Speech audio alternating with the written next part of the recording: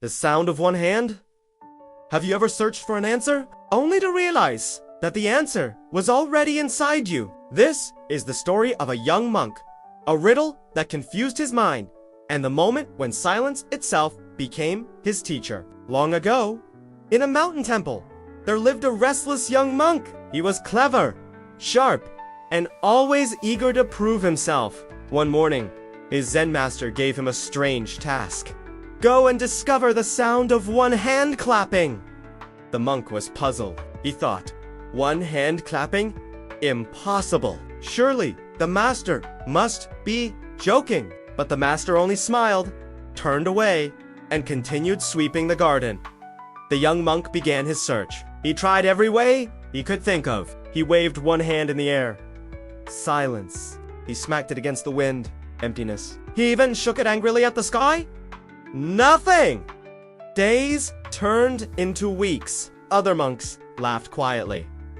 But the young monk refused to give up. He climbed hills, sat by rivers, listened to the wind, the birds, the rustling bamboo. Every sound seemed to whisper, but none gave him the answer. Frustration grew inside him. What is the sound of one hand clapping? Why give me such nonsense? One night, under the full moon, the monk broke down. He raised his single hand and shouted to the sky, Master, there is no sound of one hand. Why torture me with this riddle? The mountains echoed back his own voice, and then silence. In that silence, he heard his own breathing. He felt his own heartbeat. He realized the sound he was searching for was not outside. It was within. At dawn, the monk returned to the master. He bowed deeply and raised his single hand. The master asked, Well, have you found the sound of one hand clapping? The monk closed his eyes. Instead of speaking, he listened to the wind, to the silence, to his own stillness. And in that quiet moment, the master smiled. The lesson was not about sound at all.